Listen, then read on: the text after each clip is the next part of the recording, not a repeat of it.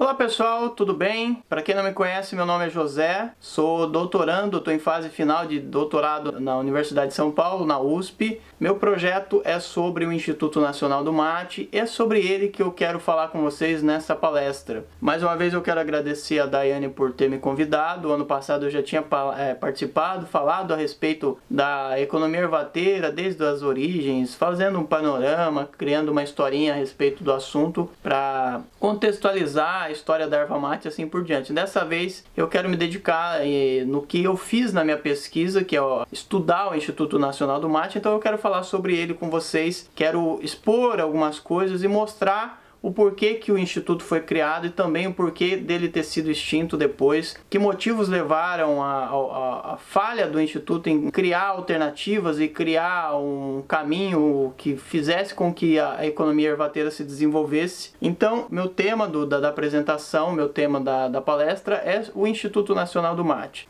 Para quem ainda não sabe a história da erva mate, na verdade eu acredito que todos vocês, ou a maioria pelo menos, saiba um pouco sobre a história da erva mate. Ela surge já com os indígenas, depois ela passa a ser explorada pelos jesuítas, depois pelos espanhóis e depois no século XIX ela passa a ganhar cada vez mais importância na economia brasileira. Tanto é que ela se torna um dos 8 produtos principais de exportação, ganha uma importância maior a partir da segunda metade do século XIX com o Rio Grande do Sul, com o Paraná. Depois, com o tempo, ela também vai ganhar importância em Santa Catarina e também com o Mato Grosso do Sul, onde na época era o Mato Grosso, hoje é Mato Grosso do Sul. Nesse processo, ela passa a ser exportada, a exportação passa a ser o principal destino da erva mate. Ela passa a ser exportada para 3 principais mercados consumidores da América Latina: a Argentina primeiro, depois o Uruguai, depois o Chile. Ela também passa a representar cada vez mais na economia desses estados, tanto é que ela contribui para a formação desses estados de forma muito importante, principalmente no começo do desenvolvimento desses estados, a partir do século XIX. Ela também passa a ser um produto importante dentro da economia do Rio Grande do Sul. Ela não é um produto consumido no Brasil em grande quantidade, pelo menos não até a década de 30, 40, por aí. Nesse processo, a gente vai ter uma série de problemas com a economia ervateira, porque ela era exportada de duas formas. Ela é exportada cancheada, né, o que alguns chamam de matéria-prima, e ela também era exportada já beneficiada, já pronta para o consumo. E nesse processo ela sofria as oscilações de mercado, ela sofria as oscilações de preço, ela necessitava conquistar novos mercados para que houvesse uma maior segurança para quem trabalhava com erva mate, né? Principalmente os produtores, mas também os beneficiadores e os exportadores da erva mate. E é nesse processo que alguns problemas vão ganhar muita importância, principalmente a partir do começo do século XX, mas já começando lá no final do século XIX, década de 80, década de 90 do século XIX, já começam a se mostrar muito fortes esses problemas. Sofrendo com as crises que aconteciam na Argentina, no Chile, no Uruguai e assim por diante, passando no século XX a voltar algumas dessas crises com uma intensidade muito grande, o que vai fazer os interessados na produção e comércio da erva mate brasileira procurarem uma alternativa, procurarem uma solução que realmente significasse alguma coisa mais garantida, que trouxesse resultados melhores. Isso vai se desenvolver num primeiro momento a partir da criação de institutos estaduais do Paraná, de Santa Catarina e do Rio Grande do Sul, e depois com a criação de algumas associações, como sindicatos dos industriais e exportadores, e também da criação de cooperativas. Tudo isso vai surgindo por causa dos problemas que eu venho falando para vocês, que é o problema, primeiro o problema dos preços, né? Os preços sofrem por causa da situação desses mercados, por causa da situação da própria produção, com as revoltas e movimentos e processos políticos que envolvem esses estados produtores. Também vai influenciar na quantidade comprada, evidentemente, porque esses mercados, esses países entram em crise ou tem algum problema de balanço de pagamento ou qualquer coisa parecida, eles acabam reduzindo as suas compras de erva mate ao longo desse tempo. Isso vai ficar evidente, ou vai ficar mais intenso ainda a partir da década de 20.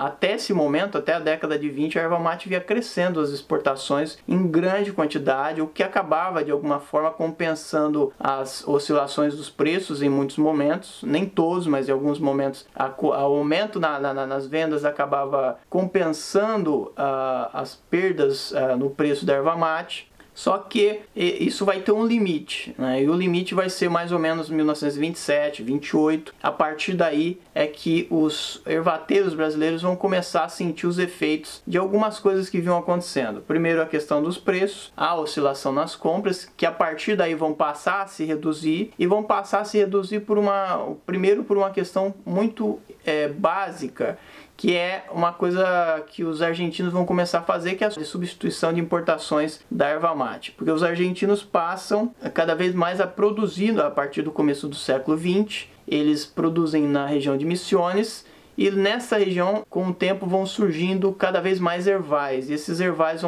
vão dar resultado efetivo a partir da década de 20.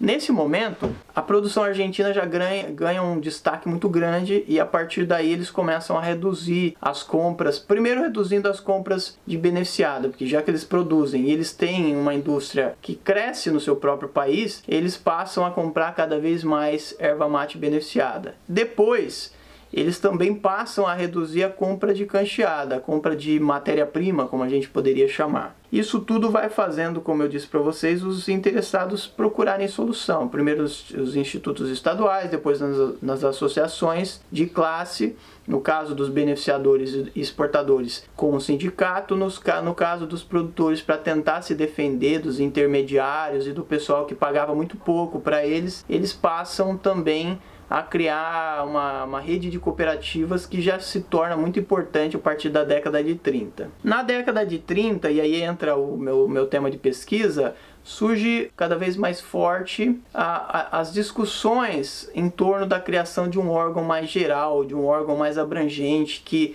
desse conta de todas as classes, ou que pelo menos desse conta das classes mais, vamos dizer assim, mais fortes, que é a classe dos beneficiadores e exportadores, e aí se criasse esse órgão para resolver os problemas da economia ervateira. Resolver o problema dos preços, resolver o problema de mercado e também achar a solução para o que já vinha acontecendo, por exemplo, em relação à qualidade do mate que era vendido, que em muitos momentos foi questionada, principalmente o mate do Paraná, que sofria crítica por parte de quem comprava e acabava também reduzindo as vendas do Paraná, porque o pessoal dizia, o mate do Paraná é viciado, o mate do Paraná tem uma qualidade inferior, o mate do Paraná tem adulteração. Isso aconteceu em muitos momentos, não quer dizer que o Paraná em todos os momentos tenha sido assim, não é isso que eu quero dizer. Mas de qualquer forma era uma realidade a necessidade de se criar uma legislação que regulasse melhor os padrões de produção, que regulasse melhor a forma como ela passava por todos os processos, desde do corte até a secagem, até a malhação, até o beneficiamento, até a venda e tudo mais, envolvendo também a questão do armazenamento. Então isso também era uma necessidade, Por isso que se precisava de um órgão que fosse suficientemente forte para resolver essas questões. E nesse contexto, esse órgão deveria ser capaz também de criar um sistema de propaganda, uma forma de propagar a erva mate de forma mais efetiva. O pessoal vinha tentando fazer isso individualmente, depois através dos grupos menores desses institutos e órgãos menores, mas eles não estavam dando conta. Eles não conseguiam resolver essas questões. E aí essas discussões vão ganhando cada vez mais importância na década de 30. O Getúlio Vargas vai entrar nesse contexto porque ele começa a visualizar a necessidade, ou pelo menos do ponto de vista daquela época, a necessidade de intervir sobre economias importantes, economias ligadas à exportação principalmente, e passa a criar uma série de órgãos governamentais, de órgãos federais, para lidar com essas economias de exportação. É o caso do café principalmente, mas vai envolver com o tempo o pinho, vai envolver o açúcar e o álcool e, consequentemente, também o que é nosso tema aqui, o Instituto Nacional do Mate. as discussões avançam e elas chegam ou demoram, dependendo da perspectiva, né? Porque algumas pessoas acreditam que ela deveria ter avançado muito mais rápido, que o Instituto deveria ter sido criado muito mais cedo. De qualquer forma, em 1938 eles chegam às conclusões e o Getúlio Vargas vai criar o Instituto no comecinho de 1938, em abril de 1938, e a partir daí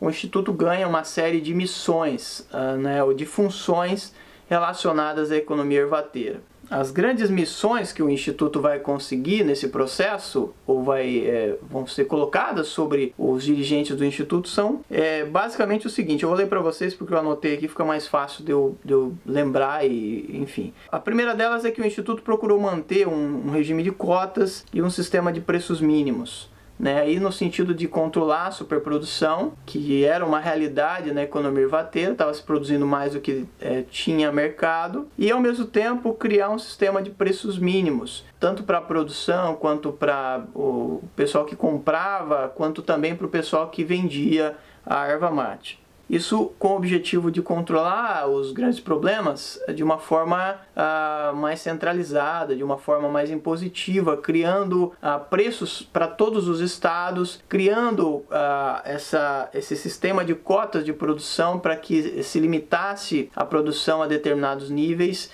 e assim por diante. Além disso, o Instituto também promoveu estudos sobre o mate, localização dos ervais, locais de escoamento, adequação de estabelecimentos de beneficiamento, de produção e etc.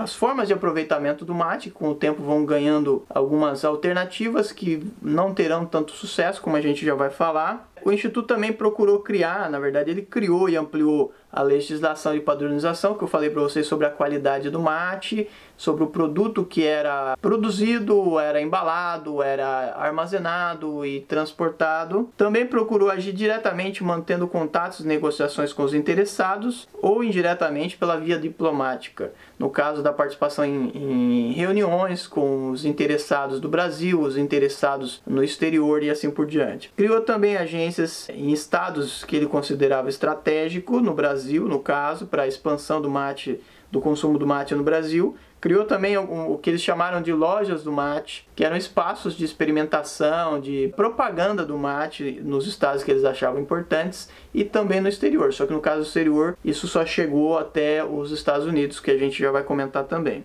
Eles criaram um sistema que ele ficou conhecido como barbacoa coletivo. Para quem não sabe, o barbacoa é um espaço em que a erva passa pelo último processo de secagem e depois também pelo processo de trituração, no cancheamento, no caso. Depois, o Instituto também instalou, ou procurou instalar pelo menos, campos de muda e de experimentação para pesquisa e assim por diante.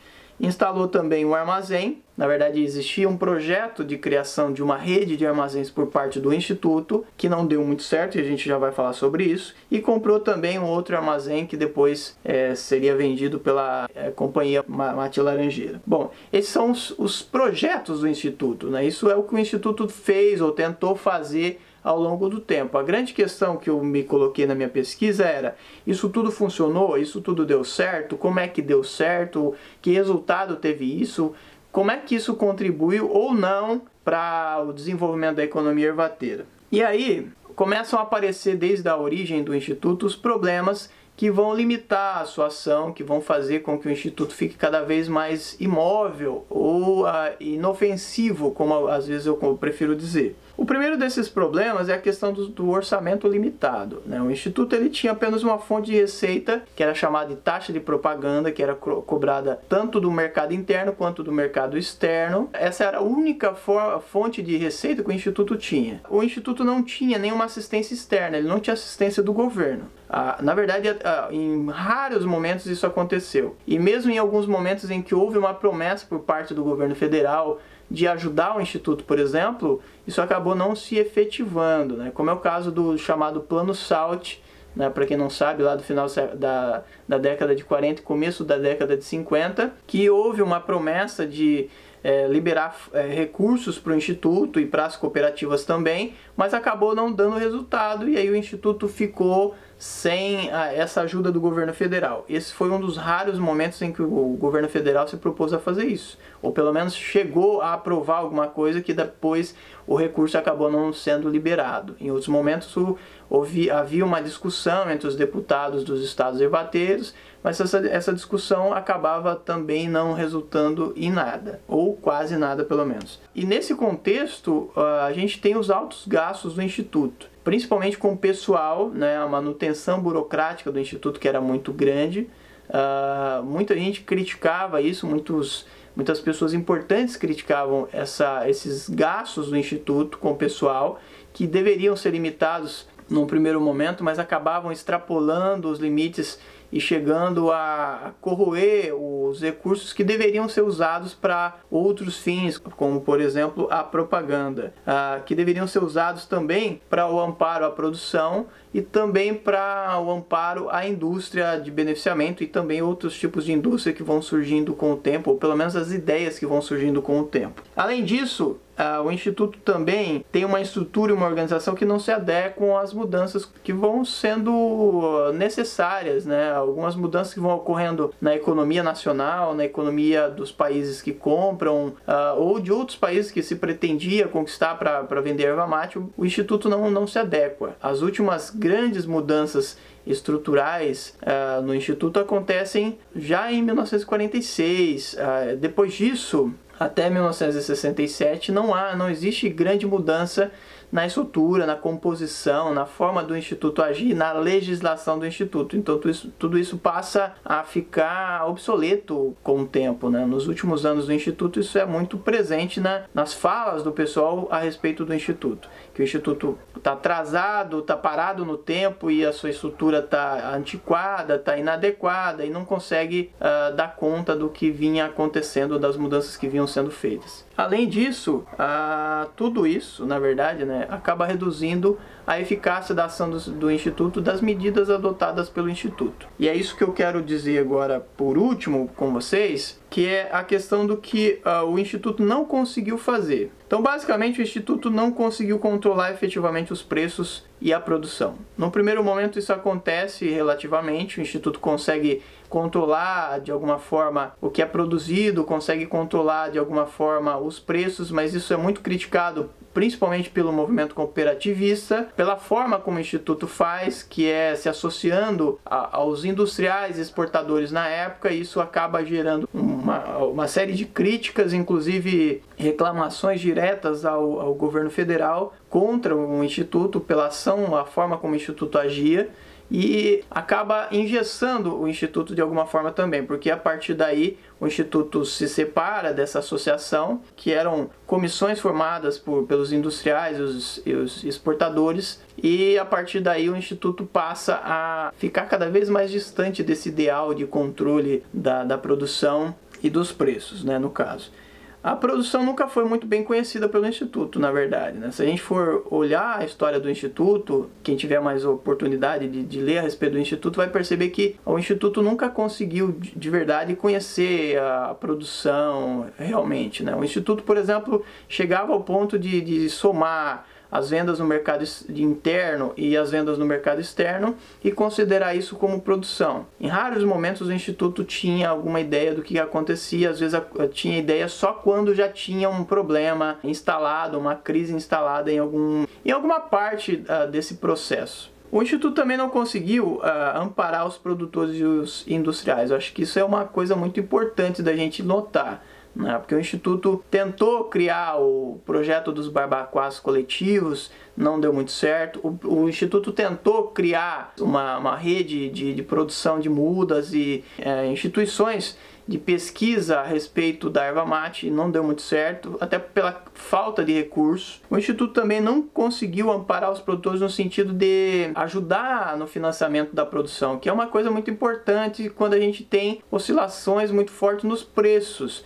né? Então, se você não tem um controle sobre esses preços de alguma forma, efetivamente, se você não tem uma maneira de comprar ou de financiar a produção para que haja um controle dos preços, quem vai sofrer consequentemente muito mais os produtores, mas também os industriais, também os beneficiadores, e nesse processo o Instituto conseguiu fazer muito pouco. O Instituto nunca financiou produção. O Instituto tentou no começo financiar a produção, criando, por exemplo, um projeto chamado de entrepostos fiscalizadores, mas não deu certo pela forma como ele foi feito, ligado àquelas associações que eu tinha falado antes, que foram criticadas pelas cooperativas porque elas eram monopolísticas, porque elas acabavam criando problemas com as cooperativas e tudo mais. Então, num primeiro momento tentou fazer isso, de financiar a produção de alguma forma, mas acabou não dando certo. Isso acabou ficando com as cooperativas, e as cooperativas também, apesar de terem muito mais sucesso nesse caso que o Instituto, elas também não tinham recurso suficiente para tanta gente. Elas não conseguiram, ao longo dos anos, financiar adequadamente a produção. E aí os industriais, porque a questão dos projetos, de surgir projeto de beneficiamento, que necessitava de financiamento, que necessitava de apoio por parte do Instituto, de empréstimo, alguma coisa relacionada a isso. Uma das raras coisas que o Instituto conseguiu fazer em relação a isso foi em relação a desenvolver algumas ideias, algumas adequações, alguns projetos que muito pouca gente conseguia colocar em prática, né? Só os grandes industriais e beneficiadores, exportadores, os industriais e beneficiadores conseguiam fazer isso porque tinham mais recursos. Os menores, os que tinham menos recursos, não tiveram como se adequar a isso. E aí, como eu disse para vocês, o Instituto não conseguiu levar adiante a rede de armazéns, né? Ele só conseguiu montar 2 armazéns. Na verdade, um deles ele comprou da Mate Laranjeira, como eu falei para vocês, e ainda assim esses armazéns agiram precariamente e não davam conta, porque não serviram para o propósito que o Instituto queria, que era controlar de alguma forma a produção e ajudar os produtores de alguma forma. Isso, como a rede de armazéns não foi efetivada, não deu certo, isso não contribuiu muito para o sucesso da produção. Até porque esses armazéns foram criados em algumas regiões que acabaram sendo abandonadas depois na produção ervateira, que é o caso de Porto Esperança, que existia um armazém do Instituto que era para escoamento da produção, na verdade para exportação, mas chegava a produção e a partir de lá era escoado, e aí Porto Esperança foi abandonado e o armazém acabou não servindo para muita coisa. Logo em seguida o Instituto também compra um armazém da Companhia Mate Laranjeira em Guaíra, e logo em seguida aquela região acaba sendo afetada de alguma forma e o escoamento passa a ser desviado por outras regiões e o armazém acaba também não servindo para muita coisa. Além disso, a questão do aumento do consumo de subprodutos da erva mate, sobretudo o mate solúvel. O Instituto não conseguiu dar suporte para o pessoal que surgia com novas ideias, que é principalmente o caso do mate solúvel.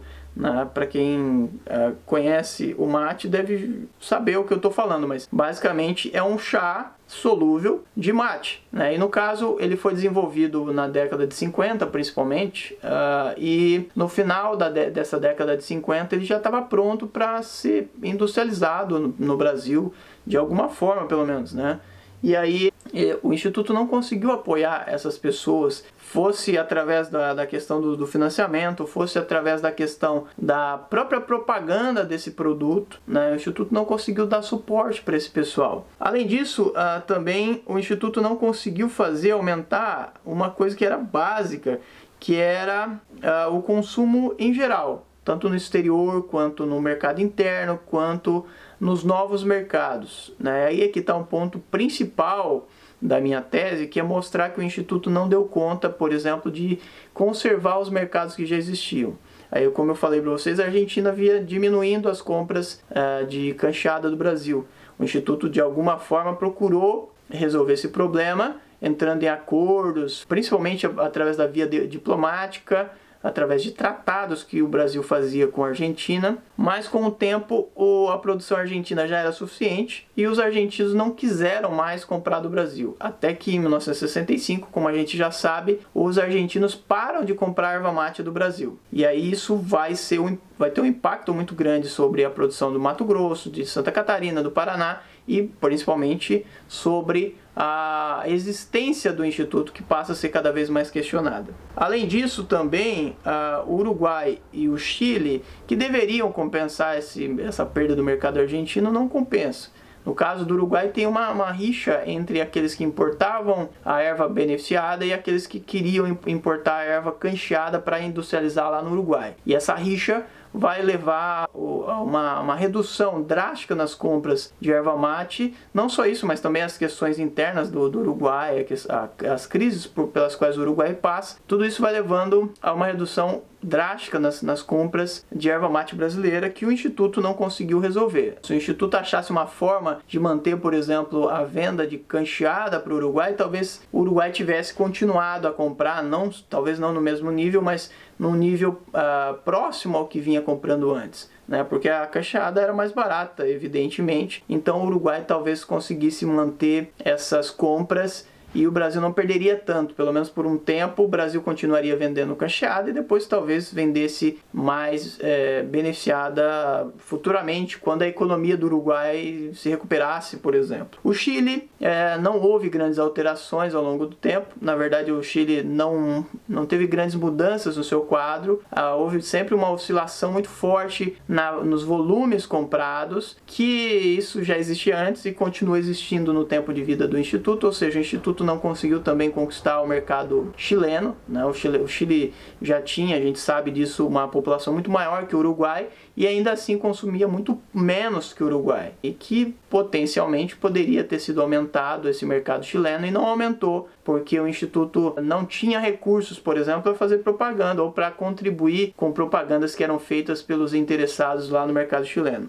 Nesse cenário, a gente tem também os novos mercados, que era um projeto nascido com o Instituto. Havia essa ideia de conquistar os novos mercados. O Instituto procurou avançar em relação ao comércio com os Estados Unidos, a Europa principalmente. E esses novos mercados exigiam recursos que o Instituto não tinha. E com isso, algumas tentativas foram feitas, por exemplo, nos Estados Unidos. O Instituto chegou a criar uma agência nos Estados Unidos, chegou a manter essa agência com recursos próprios, o que era muito caro. Mas além dessa agência, o Instituto pouco avançou e não tinha recurso para avançar em relação a isso. Como resultado, o Instituto não conseguiu conquistar esses novos mercados, o Instituto não conseguiu abrir esses novos mercados para a economia ervateira. Além disso, o comércio interno, no caso do Brasil, ele realmente aumentou de forma muito importante a partir da década de 50 principalmente, mas ele não foi suficiente para compensar a perda do mercado argentino, compensar a perda no mercado uruguaio, compensar as oscilações do mercado chileno e a falta de conquista dos novos mercados externos. Somando-se tudo isso, a gente tem a situação do Instituto cada vez mais sendo questionada, o Instituto sendo questionado por que ele existia, se ele não dava resultado. Existia uma grande soma de problemas estruturais, as limitações, falta de recurso, muito gasto. O Instituto cobrava a taxa de propaganda e aumentou ela várias vezes ao longo da década de 60 e mesmo assim essa taxa de propaganda não era suficiente. O Instituto não tinha recursos por parte do governo federal, não tinha ajuda, e aí a gente chega à década de 60 com o Instituto muito fragilizado, aliás, cada vez mais fragilizado, até o ponto em que o governo militar decide por extinguir o Instituto em fevereiro de 1967. E aí é que a gente tem o resultado da minha pesquisa. De alguma forma, a minha tese principal é de que o Instituto foi criado com uma série de missões de controlar os preços, de controlar os mercados, de manter os mercados que existiam, de conquistar novos mercados, de melhorar a qualidade do mate. E mesmo assim, o Instituto não deu conta de fazer todas essas coisas pelas quais, o motivo pelas quais o Instituto tinha sido criado. Consequentemente, a minha tese é de que o Instituto foi extinto em 1967 justificadamente. Mesmo que a gente leve em conta a questão do autoritarismo do regime militar, toda essa questão de que as mudanças elas não necessariamente eram, aliás, não eram quase nunca democráticas e tudo mais, e elas eram impostas. De qualquer forma, isso não altera o fato de que o Instituto vivia um momento muito ruim, não tinha cumprido a sua missão e por isso a sua extinção teria sido justificada. Essa é minha tese, basicamente, minha apresentação para vocês. Eu espero que vocês tenham conseguido entender essa minha palestra. Espero que ela tenha contribuído para vocês de alguma forma. Se tiverem dúvidas, se tiverem algum questionamento, comentário, alguma coisa que vocês queiram dizer a respeito, vocês podem fazer as perguntas de vocês e a gente troca uma ideia a respeito do Instituto Nacional do Mate, sobre a economia ervateira, principalmente no caso sobre a história da erva mate no Brasil entre 1938 e 1967. Então eu espero que vocês tenham gostado da palestra e a gente se vê, quem sabe, no ano que vem de novo, tá bom? Um abraço para todo mundo, tchau!